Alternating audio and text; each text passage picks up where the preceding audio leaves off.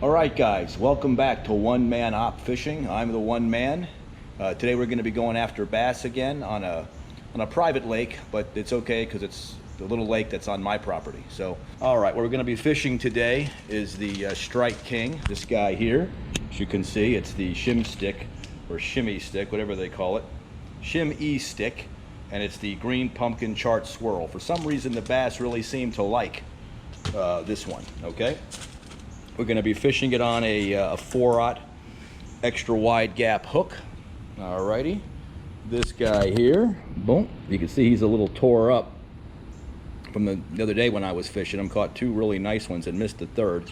Got it all retied, so it's good to go. All right, I've blackened out the line to give it a little more stealth in the water. Let's see what we can do. There you can see the no trespassing sign. Biggest problem with this particular lake is we had so much rain a few months ago that it washed a lot of fertilizer into the lake, which causes the weeds to grow. Not even weeds, this muck you can see along the shore, and it just gets very thick.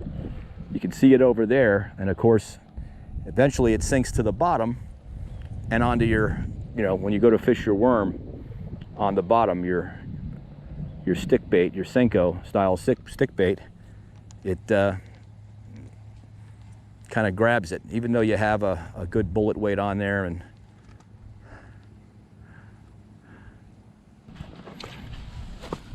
oh,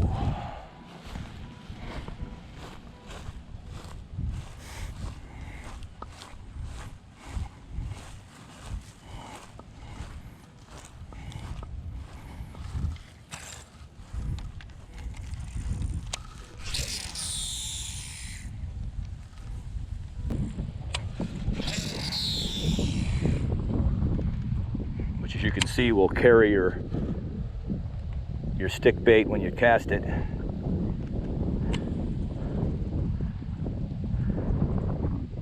And again, the best way to fish these, if you're a bank fisherman, a shore fisherman, is just let it sink. You need to use a weight. You're not in a boat, so you need something to carry it out there and something to get it onto the bottom. And any weight will work depending on how windy it is. 1/16 ounce is the smallest I believe you can go.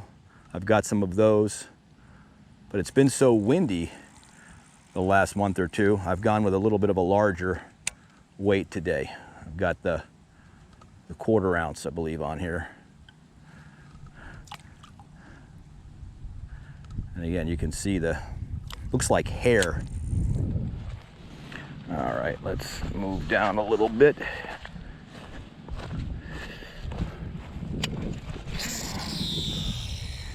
There we go.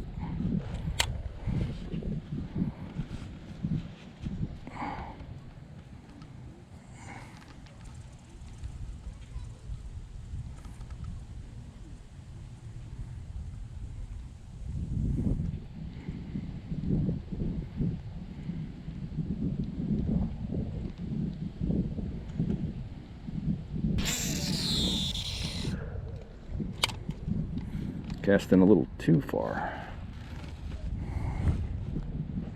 which is seldom the case.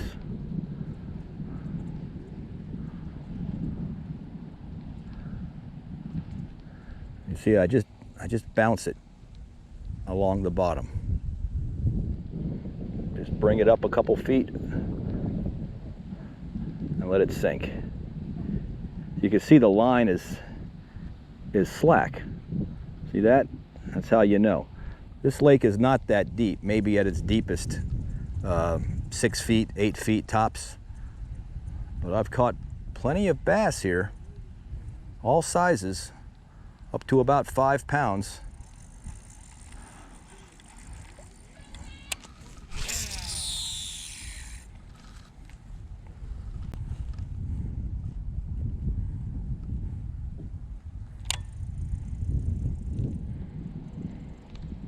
Oh, there we go. Gotcha. Oh yeah, that's a good fish. Come here. Come here, darling. That's not too bad. I've been fishing about 5-10 minutes. Come here, baby. Yeah. Nice. Come here. Come here. Gotcha.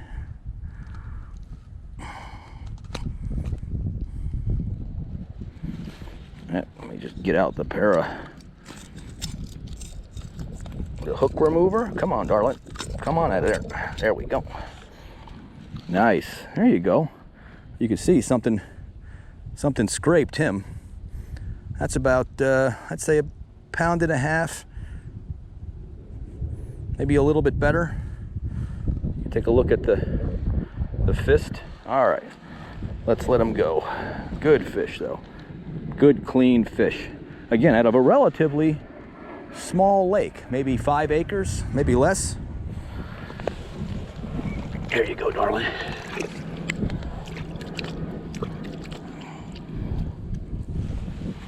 Very good. Not too shabby. Let's check our stick bait here.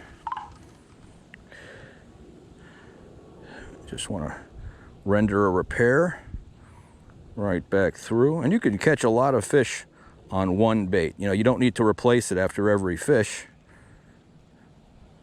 You know, these things are not expensive, but not inexpensive either. And we'll talk more about that in the future. You know, ways to save money on these guys. This one's getting a little bit beat up, but I'm gonna still use them. Hook is still perfectly sharp. Let's skin it right there so that it's weedless. And we're back in action.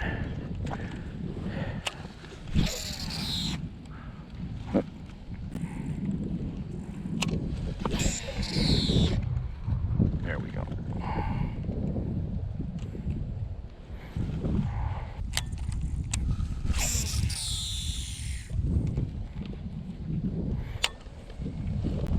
Something else for you guys to know. Take a look at that reel. That reel is an old Bantam Curado Shimano brand that I have had since the 90s.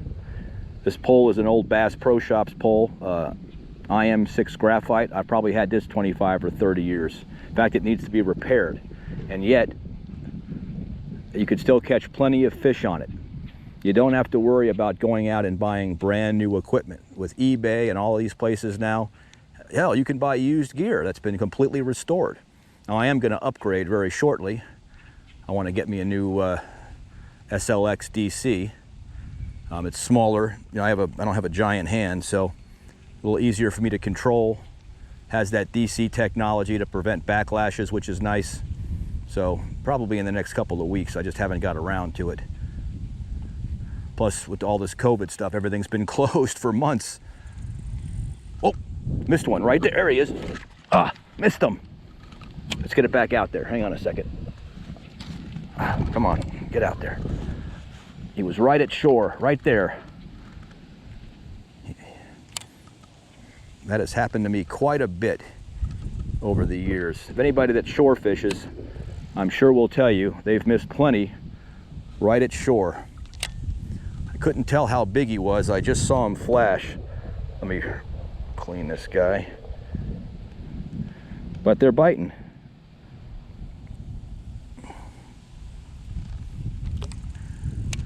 He might have gone back where he was. You know, fish are fast swimmers. They can go from here to there in a couple of seconds. All right, guys, that brings us to the end of another fishing adventure, even though we stayed right here on our home lake. We only caught one today, but we were only out a short while, but we were still able to land a decent fish. I'm glad you came with me on this adventure today. If you like the video, hit the subscribe button if you want, hit the like button, hit the notification button, and leave me a comment. That's the most important thing. I'd like to hear what you think about the video, anything else you'd like me to try. Okay, until next time, this is One Man Op. I'm the one man fishing, and we'll see you next time.